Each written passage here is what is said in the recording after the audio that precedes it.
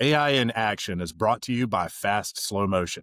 Our team helps growing businesses put AI to work with practical, scalable solutions. To learn more about how we can help you implement AI in your business, visit fastslowmotion.com/AI. Hey, and welcome back to AI in Action. I'm Eric Housh, joined as always by the one and only Zack Terry, Director of AI at Fast Slow Motion. Zack, how are we doing today, man? So good. Just, as one of my favorite colleagues would say, never better. Never better. It's always a good day when you can talk about wins that we're able to deliver for our clients, leveraging Salesforce and HubSpot AI solutions. This one's a fun one today because we run into this. We see this a lot. Company has a great product. Company has a solid list of leads, but for whatever reason, their outreach just grinds to a halt. Yeah, maybe it's a restructure or the cost of having a human run that SDR outreach is just too expensive for the results they're getting. But the result is there's this massive gap of potential money, revenue, just sitting there gathering dust. For sure. And first of all, having too many leads, that's a good problem to have. I think Great problem to have. that's much better than the alternative, right? But the issue is, of course, the volume. As that volume grows, you start to run out of resources to effectively reach out. And so typically, historically, what does that mean? It means you're hiring more SDRs to come in and start reaching out at the top of the funnel. Or if you're not able to hire anyone, your team's starting to get spread pretty thin because they're having to use the same resources that they have across a much bigger volume, right? So that's sort of the baseline that we're working with here, right? And so this particular client that we worked with, they're actually an AI sales company themselves, which is really meta and kind of the fun. plot thickens. Yeah. So you may be asking, well, why are they implementing an AI sales tool in Salesforce? And the answer is because they serve very distinct purposes. So what we built for them is a top of funnel tool to help with volume. What they provide is meant to address an entirely different part of the sales cycle, something that's farther into the funnel, mid-funnel or later on, right? And so their tool was not suited to do this exact problem, or they would have had to reconfigure it. It would have changed their positioning and their marketing. And ultimately, they decided that they wanted to go with Salesforce and an Agentforce.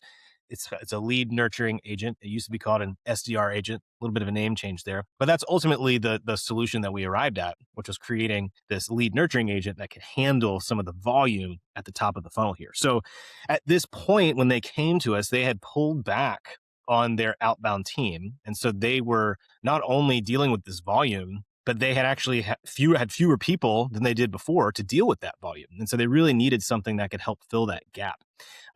Because they are an AI company, if they also use something that was basic or generic or did not give good responses, if they used an AI tool, that would also reflect poorly on their product. And so we had to make sure that we built something that provided good quality messaging and was actually performant for them, because you wouldn't want a company's CEO to show up in a taxi because his own car broke down, right? If a car company CEO, imagine like the CEO of Ferrari showed up in a taxi to a meeting, that would look a little bit weird, right? So we want to make sure that we are creating something that is a quality experience that you would expect to get, even though it's a different product than what they're actually selling, right?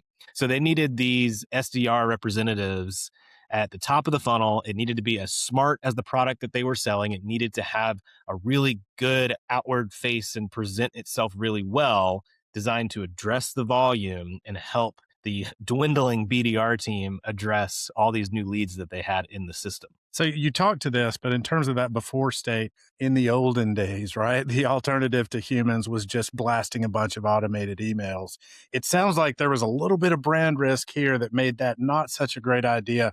Was there anything else going on in terms of driving us toward an agentic solution versus the alternative? A few specific things. One, they like we had mentioned before, they didn't really have a lot of people able to work the top of funnel. They had reduced their team there.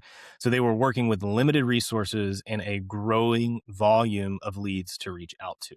That also meant that they probably weren't getting a lot of good market signals in, because they weren't able to follow up with all these leads and start to get an understanding of what's working and what's not working. So they were essentially flying blind. And then they had a unique brand risk. As we discussed, they are an AI company themselves, and we didn't want to risk brand confusion between this outreach tool and the actual tool that they sold themselves. And so if that outreach outreach tool sounded a little bit too rote, a little bit too robotic, people may assume that their actual software that they sold would sound mediocre too. And so we had to make sure that we created something that was really responsive to their tone and their messaging and reference their products and their services in the right way. And then, of course, the last thing is they had a timeline, they had a deadline that they had to hit, they had an event that they wanted to make sure they were mentioning in this initial outreach for this agent. It's a big industry event, and they didn't have time to hire and train a new team to handle that. And so, not only did they need something to cover the volume and have consistent messaging, but they also had a deadline that they had to hit really quickly so that they could get this messaging out to all of those prospects. So, from a technical standpoint, let's get into the nuts and bolts here. We're building this solution inside Salesforce using Agentforce solutions. Walk me through that grounding process. I think when a lot of people hear AI, they're probably thinking of Chat GPT, and there's a risk of hallucinations and making things up. How do you stop That is definitely a valid concern, and we've talked about this, I think, several times on this podcast. There's always a risk of hallucination, right? But there are tactics that you can take to minimize that risk. And so, specifically, what we did with this AI SDR lead nurturing agent is we grounded the agent in their business knowledge and established a retrieval augmented generation pipeline. So you've heard us talk about this before. We've talked about this in the context of a service agent referencing knowledge articles, answering questions for customers, kind of doing that, tier one customer support, deflecting service cases from getting created. I think we've also talked about this in terms of maybe an internal employee assistant that's able to answer questions from knowledge. This is kind of unique because what it's doing is it's not really grounding its first response in knowledge. The first outreach is really kind of grounded in the specific information about the lead and the messaging that they want to send. But what happens if that lead comes back with a question? That agent needs to be able to answer that question, or it needs to be able to identify when it should escalate that to a human being. And so in this scenario, it has access to a database of information, structured and unstructured data that's in Data Cloud, and it can go and look up answers to questions in some of those PDF files that they have. It can answer questions about the products and services that they have. Let's say somebody wants to know if it can meet a certain criteria, then it's able to go in and reference those documents in order to provide an answer directly to the customer. And so that's I think is a big differentiator because it doesn't require the conversation to then be escalated or reassigned to a human being in order to answer a question from a prospect. It can be a seamless response, and then it can attempt to push that person either towards booking a meeting or towards, in this case, and this was sort of a unique change that we made in the default behavior of this agent, they wanted to send a specific URL. And so we customized the default behavior of this agent to, instead of attempt to book a meeting with a human sales rep, we have a bunch of URLs that are stored on the prospect record in Salesforce, and it's unique to each prospect. And so we're able to have that agent go and find that information from the CRM and inject that into the email to ensure that the right person is getting the right link at the right time. So that's another sort of interesting technical customization that we made. We also implemented what I'm calling a 3 reply rule. And what the client really wanted here, they didn't want an ongoing, endless back and forth conversation with this AI agent. We wanted to make sure that if there was, let's say, an ongoing conversation, that after 3 replies, the AI agent should be smart enough to understand that they probably need to get a human involved. And so after 3 replies have occurred, then the AI agent understands that it should then go and get a human being involved and reassign that conversation to a person. So it hands that off to a human. And then, of course, all of that, we need to know how it's working, right? We can't be blind in terms of, hey, how are these agents answering questions? And are they answering questions in the right way? And so, of course, we set up the observability stack, Agentforce observability and optimization. There's a whole supervisor view as well that allows the human sales reps, the supervisors, to be able to go and look at what those agents are doing and how many conversations they're managing and whether those conversations are active or just started or they've already finished and what the result is. And so, of course, we wanted to make sure that we had a lot of reportability there so that they could not only assess the effectiveness of it, but also proactively go and make changes, refine how that agent is working. Maybe that's tweaking some of the instructions, or it's making sure it has the right context. But ultimately, it's about being able to understand when it's missing the mark and when it's hitting the mark, so that you can continue to do the things that allow it to answer questions correctly, and then make the tweaks you need if there's any gaps. Let's double click on a couple of those because those sound like pretty wise design choices that may be carrying a little bit more weight than people realize at first. Start with the what you call it, the three reply rule. Why did we land on three there? So it's really about reading the intent of the prospect. So by the third reply, and this is business logic for this client, right? But the prospect isn't really just clicking through something. They're engaged. They're having that conversation, and so at that point, you really want a human to come and take over, someone who can actually move that conversation somewhere. We didn't want that agent to get pulled into an endless long exchange. Obviously, the longer these conversations go on, the greater the probability of some kind of drift in that agent's behavior. And so we wanted to put some guardrails there to help minimize that potential, and it keeps it grounded as well. And so, just from a practical matter, three turns has kind of a natural rhythm to it, and it doesn't really feel like a door is closing. It feels kind of like, okay, we had this conversation. I need to get some more information, and we can get a human involved to come in and have a higher touch. So it really kind of came from the client's requirements, but I think they were grounded in really good and sound logic in terms of why they might want the AI to hand that conversation off after three replies. And go into the URL logic. What was happening there? So based on the prospect record in Salesforce or the lead or the contact record, it's pulling different URLs. Why was that design made? So this particular event, like many events that I'm sure you've been to, there's different sessions and different tracks. And so instead of just one event where everyone is attending the same things, there are separate presentations going on at the same time, right? Something like Dreamforce, right? When you go to Dreamforce, there's It's a little thousands. overwhelming. Yeah. So overwhelming, right? And this wasn't that, but it was a large event with a lot of different tracks going on in that conference. And so for them, we wanted to make sure that we were sending them to the right event page for whatever persona they belong to, so that we could market the correct event to them. So yes, it's one event, everyone's gathering, but we want to make sure that they're getting the right materials for whichever track is going to make the most sense, or that we think is going to resonate most with what they might be interested in. And so we basically saw that they were storing some of that persona information on the lead, which is exactly what they should do. And so then we came up with a little mechanism to identify those personas, create URLs specific to each one of those tracks that are aligned to those personas.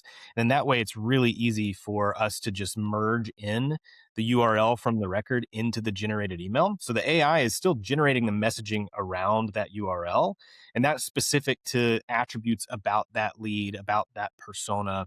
And just as a part of that, we also have a unique link that we can send. And I say unique, it's not unique to the person, but it is unique to the persona. So let's imagine you have three personas, just, to keep it simple, and I have three different tracks at that event. I want to make sure that if somebody is, let's say, interested in, let's say it's a CRM conference and I've got Salesforce on one side and I've got HubSpot on the other side. Well, I don't want to market the HubSpot track to the Salesforce customer, right? That's really the idea. We want to make sure that we are directing them to the most appropriate and most of interest to that prospect, whatever sort of information at that event we think they're going to resonate with. It's funny when you said these events that could have multiple tracks, my mind immediately went to Dreamforce, like, hey, maybe they need a solution like Yeah, this. yeah, exactly. Another thing you said that I found interesting was their brand voice, because this company sells AI. They can't afford to sound like a generic bot. That could cost them sales. What sort of prep goes into making sure that you nail that brand voice, and what do they do there? What's important here is they had already done a lot of that work. We talk all the time about establishing a foundation, having good defined processes, having good data. So they had already done a lot of work to understand, hey, this is who we are. This is how we talk about these things. This is what our brand voice sounds like. This is what our style looks like, that kind of work, right? And so in this case, we were able to take that documentation and ground the agent's responses in that documentation. And so when it's generating emails, it's essentially looking at these guidelines in order to determine how it is going to write the wording and the tone and the messaging behind those emails. And because they had already done the work to define it, we didn't have to spend weeks going through and figuring out what that actually should be. We were just able to adapt it really as simple as uploading a few files and directing the configuration and the plumbing for the AI and how it works and how it gets that information to reference that documentation with some specific instructions on, hey, here's where you're looking for that information and here's how to interpret it and here's how to incorporate that into your messaging. But I think that's the biggest aspect of that, which is they were ready, right? They were at the right place and time to have an AI come in and replicate that brand voice. Now, is it going to do it perfectly every time? No. Is it something that you're going to have to monitor and refine and tweak over time? Absolutely.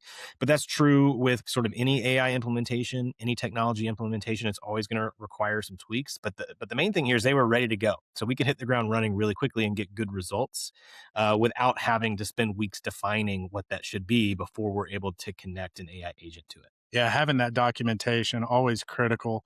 Zach, whenever we publish one of these episodes, I get contacted by a handful of folks that say, "Hey, that sounds like that could work for me.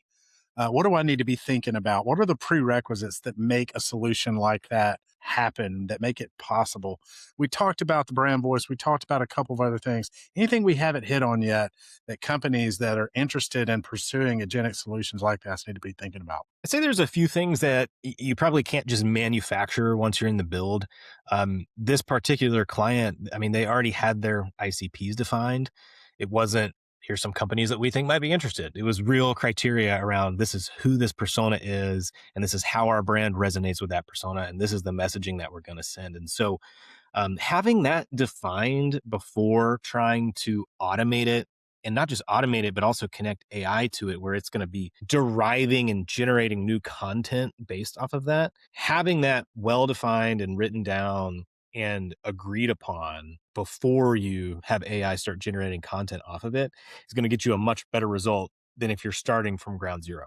Now, that doesn't mean that you can't get started with a tool like this if you don't have that defined, but that's going to be a prerequisite to getting started, because you're going to get some pretty variable, maybe not great results if you're trying to generate personalized, targeted messaging and you haven't provided information about how you actually think about and craft that messaging.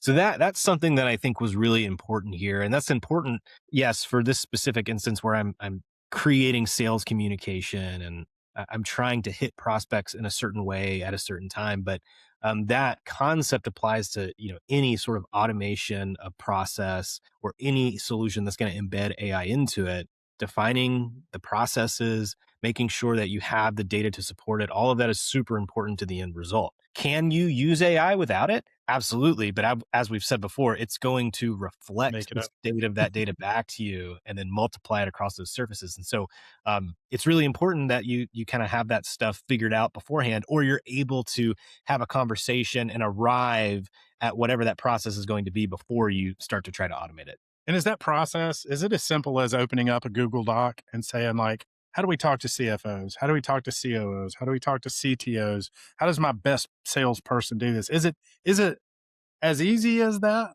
we just need to stop and write it down? Sometimes it can be. And what's interesting is most companies have this stuff somewhere, but it could be a very senior sales leader who has just done it this way for years, and they have the process down, but it's not written down, and everyone else has learned from them and kind of follows them, but we haven't really gotten it documented, right? One of the best ways to get this documented, and I have made this recommendation to a number of clients. I do this myself whenever I'm trying to get something out and documented.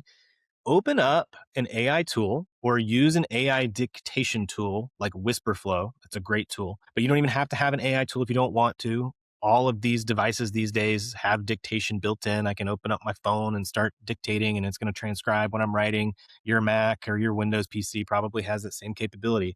Uh, but you can actually just describe it. You can just talk it out, right? Yeah, just talk about it. And it doesn't have to be perfect. You don't have to worry about formatting everything correctly, having complete sentences, any of that. Just talk about what you do. And then you can have an AI tool analyze it and start to put it into a format that makes sense. And my recommendation is not to just take that entire transcript and dump it in and take the first result that AI gives you back. It's to take all of that and use AI kind of back and forth with a conversation to start getting it formatted into the process that actually makes sense. And so there's a responsibility for you to read what is coming back, understand how it's formatted, make recommendations and tweaks and verify that the information is correct. But I can't think of a way to go from no documentation to very quickly having documentation. To me, this is kind of the fastest way to do that, right? Just talk about the process. AI can kind of analyze and synthesize it and get it formatted for you. And then maybe it's not the final version, but you've got 80, 90% of what you need at that point, and it makes it much quicker to actually get it documented from there. I love that. That's given me ideas on this side of the microphone of ways we could implement similar solutions. Let's talk quality of life. Once this thing's up and running, what actually changes for the sales team? Yeah. So ideally, with a tool like this, where you're getting that volume of leads, hopefully you're continuing to get that volume of leads. But the main thing is it's no longer a bottleneck because now you have an autonomous system that can take on thousands of leads a day, right? If you had 1,000 leads a day beforehand and only two SDRs, you're never going to tackle that. And you're going to have to figure out how to triage which ones you're going to prioritize. And so, even if you're going to reach out to 100 a day, which is a lot, but I know there's some SDRs out there that do that, right? And more power to them. That's incredible. But 100 out of 1,000 with more coming in every day, I mean, it's just, you're never going to get on top of it, right? So to have a tool like this that doesn't have those same constraints, it's able to understand who a lead is, get that context, go out, figure out, in this case, which event they're going to be most likely to be interested in, crafting a message and then sending it at scale. All of a sudden that bottleneck more or less goes away. Now, it doesn't mean that you can just kind of hand it off and ignore it. You've got to monitor it. You've got to make sure things are going well. You will find examples of perhaps some emails that agent is writing that do not sound right. Right. We've probably received those. I know I have, right? Where somebody took some old information off of LinkedIn and it has nothing to do with me anymore, right?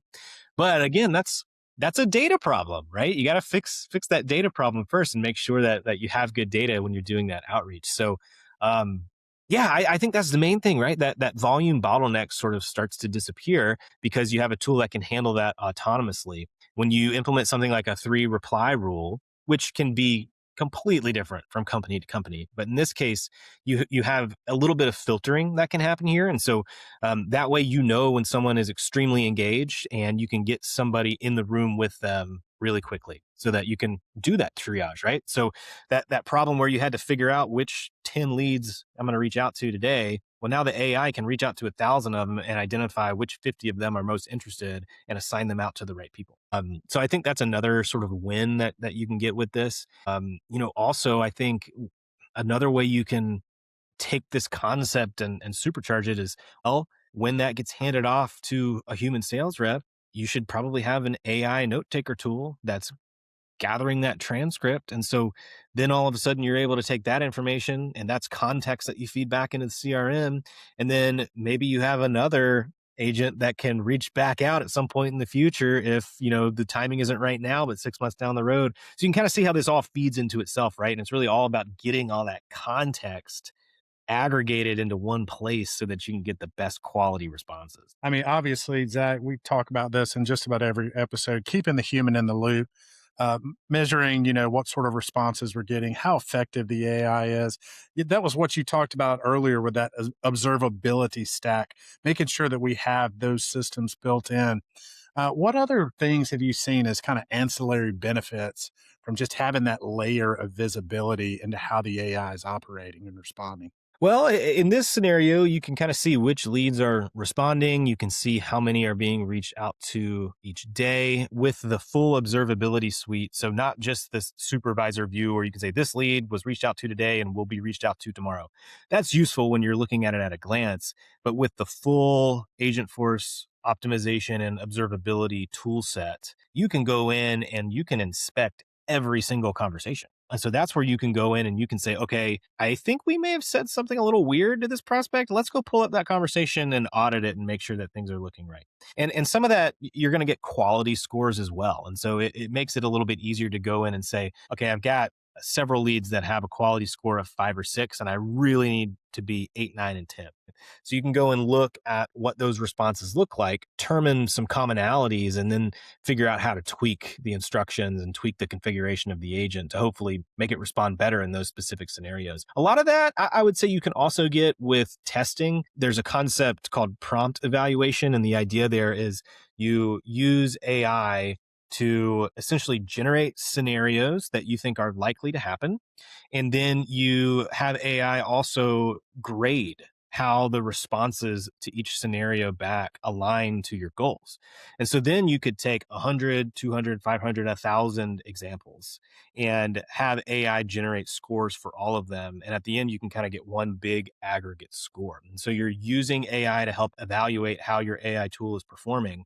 So you're getting a response back from AI to a specific prompt. And then you're using another model to actually evaluate, hey, did it hit X, Y, and Z in terms of how I would evaluate a good response? And then it scores it. And then you can use that sort of batch testing before you even launch the agent to figure out what tweaks you need to make so that you can be reasonably sure that you're going to get good results. But then, of course, you got to do that on an ongoing basis. And that's where the observability platform comes into play, which is actual responses graded against some of that criteria so that you can see, hey, I'm trending really well, or today I'm not trending so well. And that allows you to see how you might be able to make some changes to improve continuously the quality of that output. And that's important. It's continuous. These tools are not set it and forget it. You've always got to be monitoring. You've always got to be making sure that somebody is evaluating things, so that when something isn't exactly right, you're able to go in and fix it. And it's no different than when you have, a new team member. They're going to go and they're going to do some things, and they're probably going to surprise you in how well they're handling some things. But then maybe they got on a call and it's like, well, you could have handled that objection a little bit better, and here's why. No different, right? It's really just making sure that we are, when it comes to a team member, we want to make sure we're training them and giving them all the resources that they need to succeed in their job. And when it comes to AI, it's understanding, well, it didn't succeed, and it probably didn't succeed for a specific reason. And maybe I didn't write the instructions the right way, or I didn't give it access to a tool that it needed to. And so in order for me to understand that, I've got to continuously monitor it and then go in and test it and make those tweaks. And hopefully you're continuously improving upon that configuration. Yeah, I think that's what's really resonating with me in this story, and it's not uncommon, right? The agent's only effective because the client already did the hard work. The client already did the documentation. They had already defined that up front. The AI is not building any strategy. The AI is executing the strategy that we tell it to with the tools that we give it. Yeah, I was on a call with our president and CEO, founder of our company, just yesterday, where we were talking to a different client about how important business fundamentals are to the success of AI implementations. And I think what he said makes a lot of sense. That these fundamentals are only going to increase in importance. They're Amen. already important, right? The businesses that succeed today have to have good fundamentals, but businesses that are going to implement AI, it's even more important that their fundamentals are sound, because the businesses that will win in this era are not going to succeed without solid understanding of what they do and how they do it, and really good business fundamentals in the background, right? Like, you still have to scale, you still have to manage a team, you still have to understand how to actually treat the customer right. You know what I mean? And so it's like, you can't use these tools as an excuse or a shortcut. Um, Ideally, they're making your work more efficient, but I don't think you can be long term successful if you don't treat the fundamentals of the business as a prerequisite to automating on AI. Well said, my friend. Zach, this has been a fun one. Always enjoy our conversations together.